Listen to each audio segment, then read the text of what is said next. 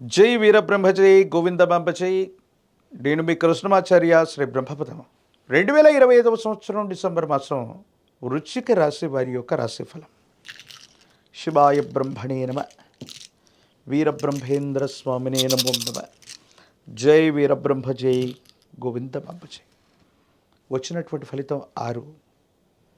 ఇది శుక్ర భగవానుడికి సంబంధించినటువంటి ఫలితం.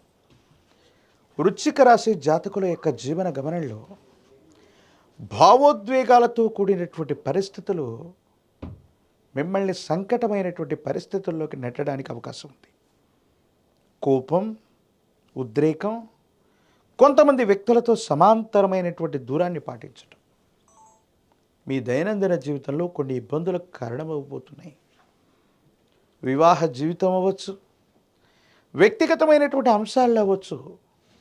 కోపాన్ని అదుపులో పెట్టుకోకపోతే మాత్రం వృశ్చిక రాశి జాతకులకు సంబంధించినటువంటి అంశాలు, సంబంధ బాంధవ్యాలు దెబ్బతినేటువంటి అవకాశం కనిపిస్తోంది.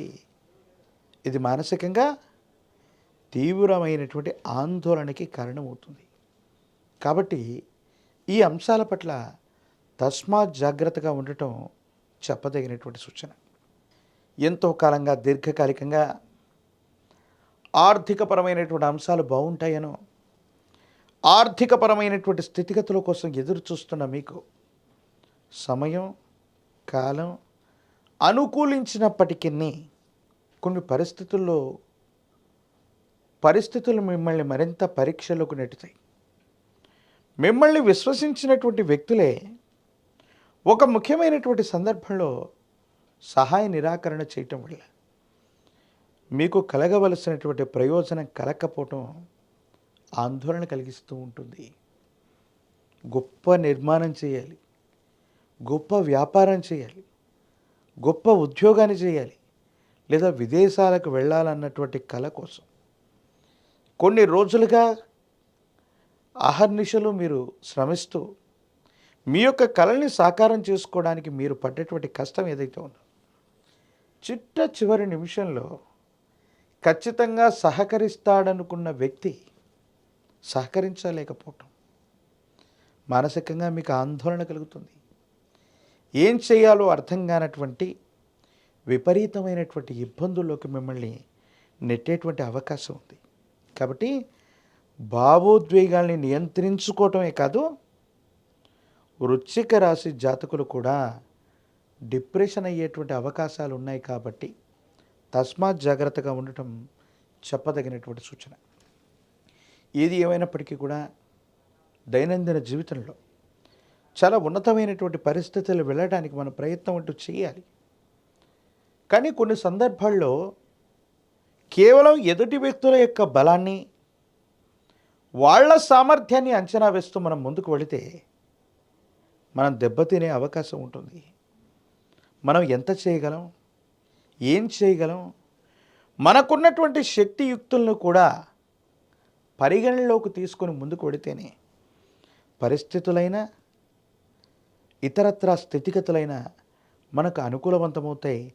కేవలం ఎదుటి వాళ్ళ బలాబలాల మీద మనం ఆధారపడితే ఏదో సందర్భంలో మనకు ఇబ్బందులు కలిగే అవకాశం ఉంది.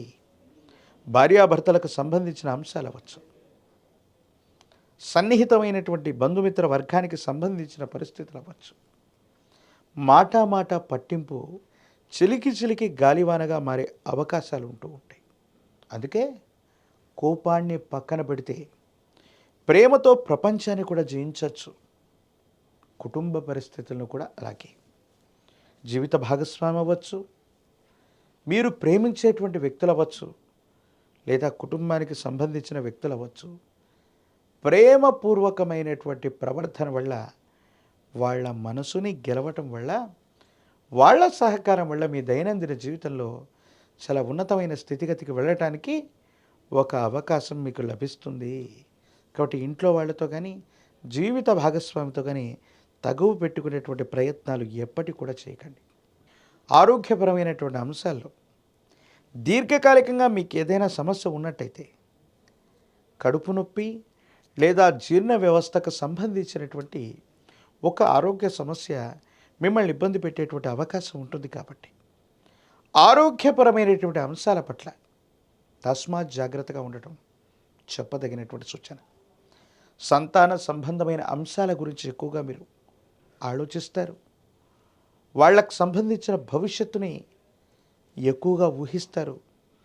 కానీ మరికొంతకాలం అనుకూలవంతమైనటువంటి మార్పులు ఏర్పడటానికి వేచి ఉండవలసి ఉంది. విద్యార్థులకి ఇది చాలా కఠినమైనటువంటి సమయం. సరిగ్గా జ్ఞాపక శక్తి లేకపోవటం, మరచిపోవటం, లేదా పరీక్షల్లో గాబరా వల్ల సరిగ్గా రాయకపోవటం వల్ల ఉత్తీర్ణత తగ్గేటువంటి అవకాశం ఉంటుంది. కాబట్టి మీరు కొంచెం జాగ్రత్తగా ఉండండి. ఉత్తీర్ణతకు సంబంధించినటువంటి అంశాల్లో ప్రతికూలవంతమైనటువంటి మార్పులు కలగకుండా, గాబరా పడకుండా ఏకాగ్రతతో ఉంటే తప్ప అనుకూలవంతమైన ఫలితాలు వచ్చే అవకాశం లేదు. రాజకీయపరమైనటువంటి రంగంలో ఉన్న వాళ్ళకి కొంతమంది సన్నిహితమైనటువంటి వ్యక్తుల నుండి సహాయ నిరాకరణ పొందటం వల్ల కొన్ని ఇబ్బందులు మనం ఎదుర్కొంటాం. తద్వారా మనకి కొన్ని సమస్యలు వచ్చే అవకాశం ఉంది. కాబట్టి రాజకీయ నాయకులు కూడా జాగ్రత్తగా ఉండటం చెప్పదగినటువంటి సూచన. వివాహం కానటువంటి స్త్రీ పురుషులకి అనుకూలవంతమైనటువంటి సమయం రాబోతుంది. నిరుద్యోగులకి మాత్రం ఉద్యోగ ప్రాప్తి కలిగేటువంటి పరిస్థితులు గోచరిస్తూ ఉన్నాయి. విశేషించి మంగళవారం పూట కానీ, శనివారం పూట కానీ హనుమ ఆంజనేయ స్వామి వారిని ఎంత పూజిస్తే, సుందరకాండని ఎంత పారాయణ చేస్తే, 108 అరటిపళ్ళని హనుమంతుల వారి ముందు ఉంచి కదలి అర్చన చేయించగలిగితే ప్రతి ప్రతిబంధకాన్ని కూడా శక్తితో యుక్తితో మీరు దాటే అవకాశం ఉంటుంది. గొప్ప ప్రయోజనాన్ని మీరు పొందుతారు. కొంచెం సహనం, కోపాన్ని పోగొట్టుకొని శక్తియుక్తులతో మీరు చేసే ప్రయత్నం అనుకూలవంతమైనటువంటి స్థితిగతులకి కారణమయ్యేటువంటి అవకాశం కనబడుతూ ఉంటుంది.